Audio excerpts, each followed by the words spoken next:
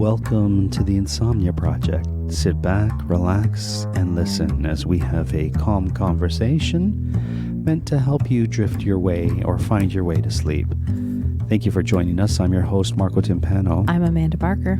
Amanda, our crocuses are popping their heads out of our front yard. They're popping like peas, man.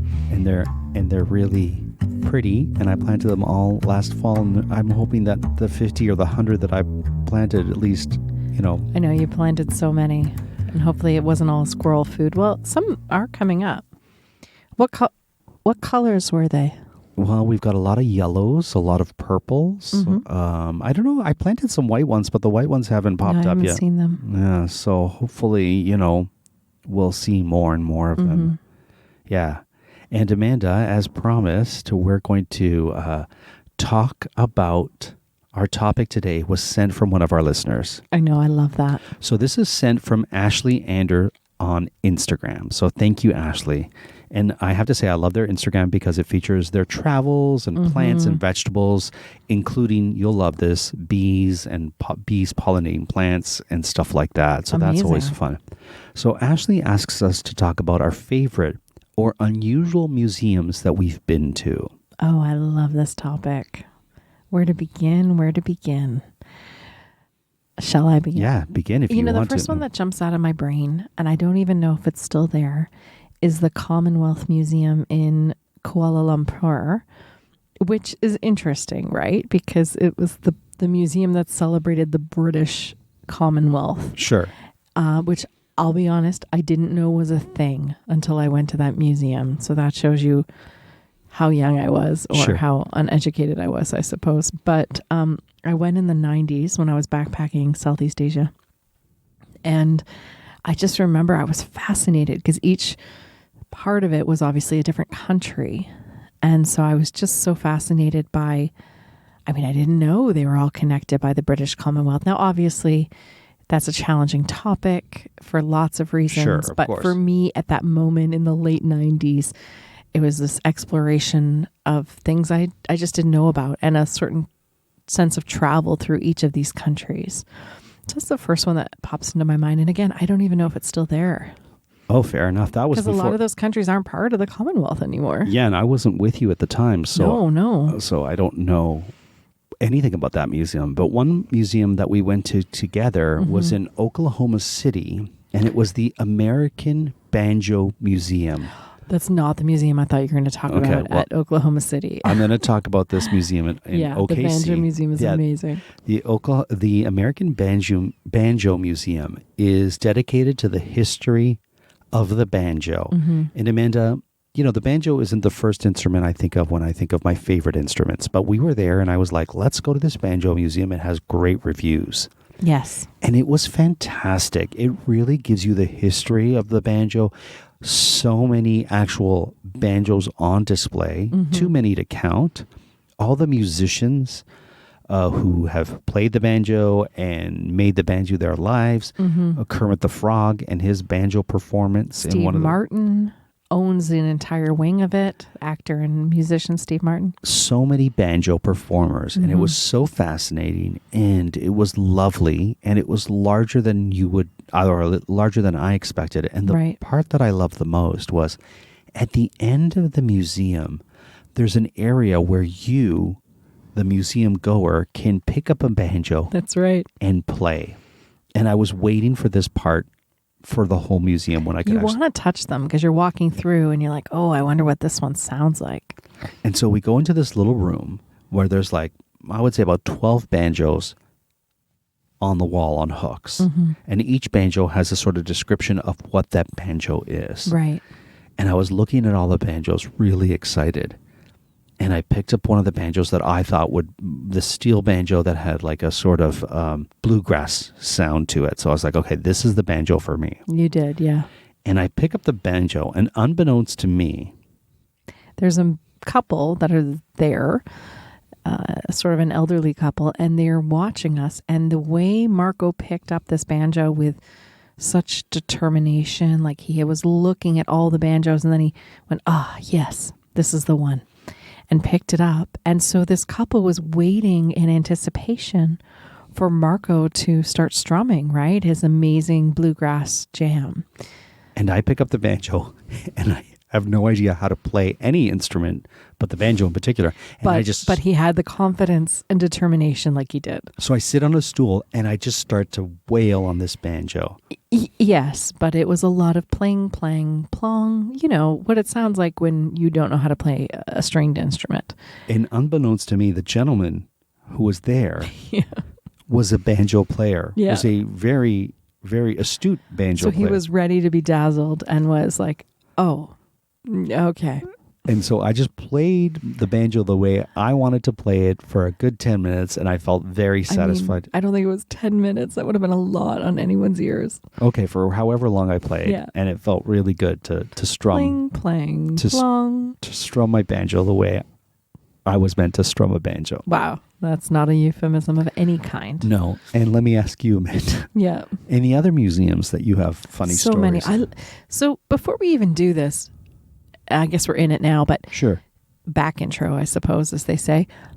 Do you like museums? I do like museums. Because I feel like I take you to a lot of museums. You take me to a lot of museums. I love museums. Do I like every museum? No. I don't think you're meant to like every museum. No, it's true. But I do enjoy a museum. And I think there's a big difference between an art gallery and a museum. Oh, that's a very good point. I mean, all art galleries, I think, are museums, but not all museums are art galleries. I don't know. That's a question for Ashley to figure out. But yes, I agree with you there. Mm-hmm. One of the things I love to do, Amanda, and we'll get to museums in just a second, back to museums, is I love going to a museum gift shop. Yes. So even if we don't have the time or the money or the inclination to go into a museum, we'll often go into the gift shop as we're strolling around a city. It's a great idea. And the museum gift shop is free, and it gives you an indication of what's going to be in that museum. That's true. But also you can find really unique and fun gifts or souvenirs for yourself. So what we do sometimes is we go into the gift shop and let that determine if we actually want to spend the next hour going to that museum. And we picked up something for friends of ours, friends of the podcast too, from a museum. And we were in their home recently and I saw it and I was like, oh, we got that for them years ago. Mm-hmm. And let me see if you remember which museum it was. Oh, okay. So Matt and Melissa have a sugar bowl that we got them from a museum that says Sugar, SUGAH. I don't remember Sugar. this, even buying it. Yeah. So it was from the Tenement Museum Really? in New York. So it's supposed to be written in sort of a New York sort of slang. Sure. And we had bought it for them because we thought it was really cute. And they love, what do you call that? Cubed sugar. Cubed sugar. Sugar cubes. Sugar cubes. Thank you. That's what you call it. Not the band. And so we got it for them for a gift and they loved it. And they had it all these years later. I didn't realize that. So the Tenement Museum in New York City in the Lower East Side is a fantastic museum. And I will say that the museum gift shop there is impeccable. It's such a wonderful museum. It's a special museum if you've never been or don't know about it. It is an old tenement building. So the old apartments from the turn of the century when everybody's great-great-grandparents in the States were coming over on Ellis Island and changing their names and getting the stamps and starting a new life, lest we remember An American Story, the story of Fievel the Mouse. Anyway, that type of thing. Tale as old as time. Yes. Well, that's Beauty and the Beast. Oh, is it? Okay. Yeah. Sorry. Isn't there a song? Somewhere Out There. Oh, sorry. Somewhere Out Yeah. There. Okay. Anyway, and the tenement museum, what happened was it was a tenement that was in operation. And remember, like a lot of these tenements had shared bathroom facilities, and it was not, if you think of like Angela's Ashes or other movies, Sure. Far and Away, they're all Irish, the ones I can think of. But anyway, movies of people that moved into these tenements as their first stop into the new world kind of thing, into their new lives. This tenement existed for years and years. And then I think in the 50s or 60s, something happened with the building and they just boarded it up and left it like that. So some of these apartments were time capsules. Right. And left like that. Some of them from the turn of the century that hadn't been inhabited, others from, the 30s, 40s, 50s. And so what's happened is they've taken this museum and you can go on a tour to these different apartments and that serve as these time capsules and learn about the families that live there and what life was like for them and for their story. You know, I spent a lot of this morning talking about how as humans we are wired for story, right? We're wired for that connection and those specifics. So it's a very specific museum. And it's a museum where you could go 4 times, 5 times and see very different things because you won't see all the apartments. You sort of book the tour to see the Sicilian apartment from the 30s or the Russian apartment from the turn of the century. Or you get to meet the inhabitants who lived in those apartments in the tenements. So there's one like, I'm looking on their website right now, Meet the Moors. Joseph and Rachel lived in a rear tenement at 17 Lawrence Street, less than a mile west of the location of the tenement museum in the neighborhood. And their building shared a courtyard with 2 other tenements. And you basically walk through the lives of the Moors and meet the Irish, West Indian, Cuban, and French immigrants from Virginia, Maryland, and all those places that lived around them. And, you know, there's all these different tours you can do at the Tenement Museum, which I find fascinating. And there's a new one called the Union of Hope, and you've got to book ahead because it gets quite full. But I would invite you to check out their website, their gift shop, and their gift shop, tenement.org, because they've got digital exhibits as well, Amanda. Oh, wow. Yeah, so that's pretty cool. Yeah. So that's a great museum. Another museum that springs to mind is the Museum of Pop Culture. Oh, yes. In Seattle. That's a great museum. And they have all sorts of rotating exhibits. There's a whole Star Trek wing, I think. That was so much fun because you got to beam yourself up. Yeah. Which was awesome. And, you know, you got to be on a recreation of the deck. Yeah. And you would hit the button and your image would sort of that's right drift away. There was a Jim. We talked about Kermit and the banjos. There was when we were there anyway a Jim Henson exhibit, and they had Muppets, like the original Muppets from The Dark Crystal, which is one of my ultimate favorite movies as a child. We were able to have a puppet on our hands and sort of be a puppeteer, what it would be like in the 50s, and so you'd have to hide your body underneath the table. And you could watch yourself on a screen with these Muppets, right, Amanda? Really interesting interactive museum that I didn't expect. That didn't have a lot of hype around it, at least for us. But it was just something to do when we were in Seattle, and I really recommend that one. And they have constant rotating exhibits that go there. So, for example, right now, some of the current exhibits are Nirvana taking punk to the masses. Right, Seattle was the home of grunge. Indie Game Revolution, Fantasy Worlds of Myth and Magic, Hendrix, Wild Blue Angel. Was the Hendrix? Was he from Seattle? No, I don't think so. Was he? Oh, now I don't know. I'm going to look it up. Keep going. The Massive Power of Pop Culture. You know, there's so many different... I think they had a whole guitar. Do you remember, Amanda? They had this whole like wing of guitars. Speaking of instruments, though you couldn't play those ones, but he was from Seattle. Okay. I thought he was. I stand corrected. I'm sorry. Yeah. So definitely one to check out is the Pop Culture Museum in Seattle. The Mopop, I believe, is what it's called. And a recent museum we went to, Amanda, which was just so great, and I think we mentioned it on the show, was the Comedy Museum in Jamestown, New York. I mean, it might be my favorite museum I've ever been to. Now listen, I'm its audience. It speaks to so many of the people that I loved and shaped what I do and who I wanted to be, but it's also just a fantastic museum. I thought we were going to spend an hour, maybe 2 in that museum. Me too. We spent an hour in one wing. In the basement. In the basement. We spent so much time in the basement that we then went for lunch and came back and said, we have to spend the whole day here. It's an interactive museum. They take a profile of you at the beginning of the things you like. You wear a bracelet throughout the whole museum so that your bracelet has your information and it interacts. It can, have different things pop up. In the end, it shows you the different types of comedy that resonates with you. But there's so many amazing pieces of history in there, like George Carlin's notes. How many things you can't say on television? Yeah, 7 things. 7? I think it's 7, yeah. Anyway, his lists of that and how they evolved over the years. People's outfits. There was an area where you could sort of sit and take a break and watch comedic performances as if you were there. There's a whole Johnny Carson theater that we didn't even go into. There was like comedy in the comics and stuff, and you could draw your own comics. That's right. And the great thing about Jamestown, New York is if that museum wasn't enough, and it's a very large and vast and brand new museum. Mm-hmm.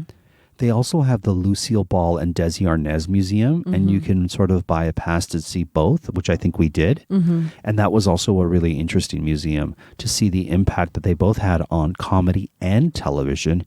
And, Lucille Ball gets a lot of credit, but there's a lot of credit given to Desi Arnaz and how he shaped how we watch modern sitcoms today. Mm-hmm. Yeah, so it was really, Jamestown, New York is definitely a place to go see these various museums. And I think these experiential museums are like a whole other thing. Like recently we went to Massachusetts and we went to the Plymouth Pawtuxet Museum. That's right. It was amazing. Which was my favorite place of my childhood, where actors, they almost don't seem like actors. They're so good at what they do.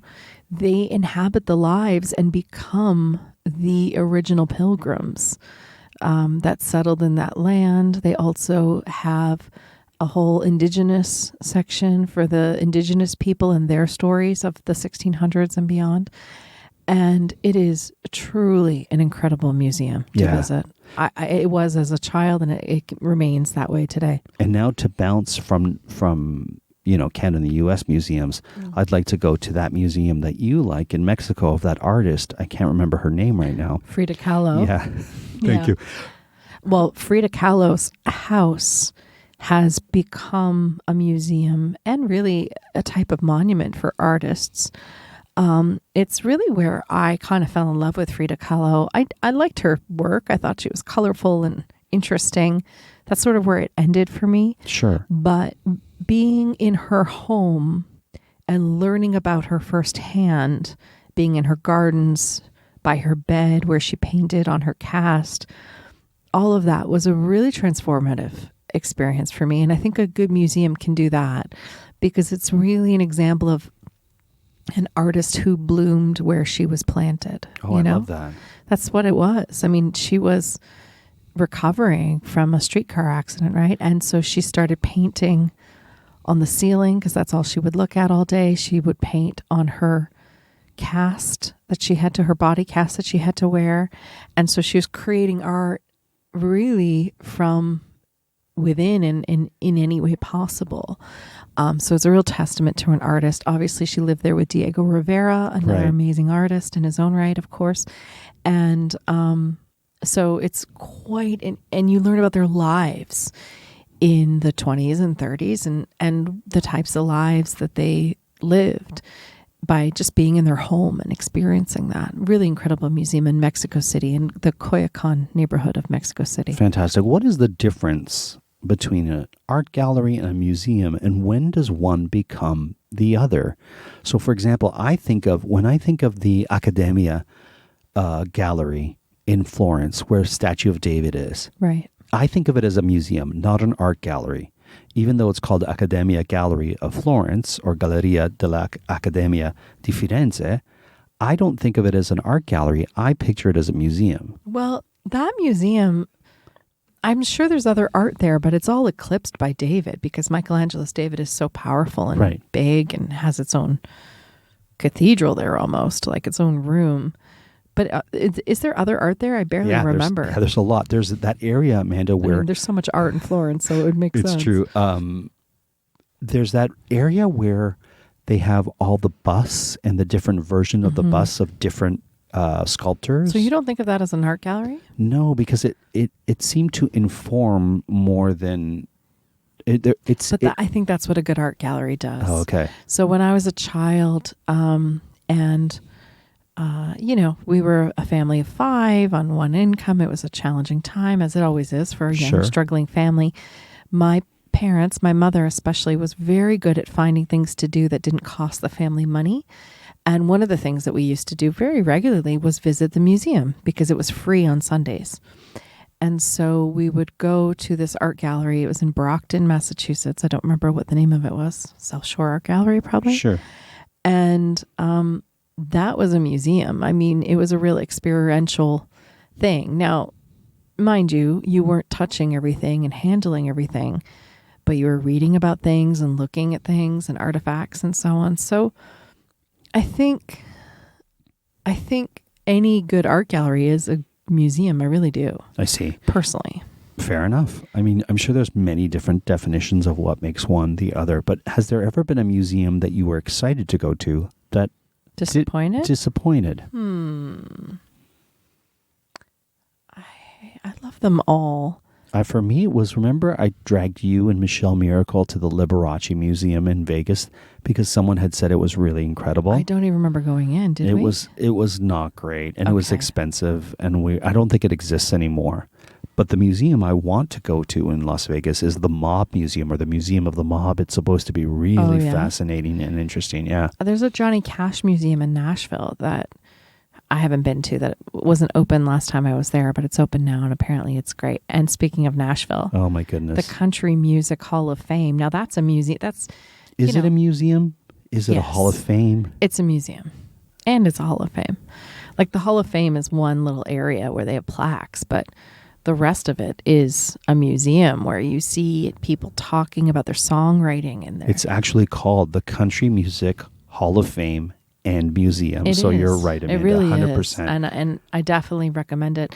And the thing about it is you don't have to even know a thing about country music for it to still be fascinating, because I think a good museum tells stories, right? In its own way, and in a very non-conventional way, you know? Sometimes it is very conventional. It's a plaque and you're reading about the artist. Sure. Other times it's experiencing their work. I think of the Art Gallery of Ontario and some of the exhibits they've had. Most recently, the one that comes to mind was last year's Leonard Cohen exhibit. Yeah. He was an artist. He was a poet. He was a songwriter. He was a performer. He was so many different things. And so experiences, you go into a room and you're at a concert of his. Mm-hmm. You're going through his poetry journals and another one. So, I think that's what a good exhibit or a good museum does ultimately. Yeah, I love a museum where there's a tactile component where you as the museum goer can physically touch things and manipulate things and hold things. I've always really loved that. Mm-hmm. And of course, there's a whole other thing that we haven't even talked about, maybe for another show, the immersive experience. Oh, that's right. Which can be, I think, what a good museum does is allow you into the artist's mind, into their paintings or their work.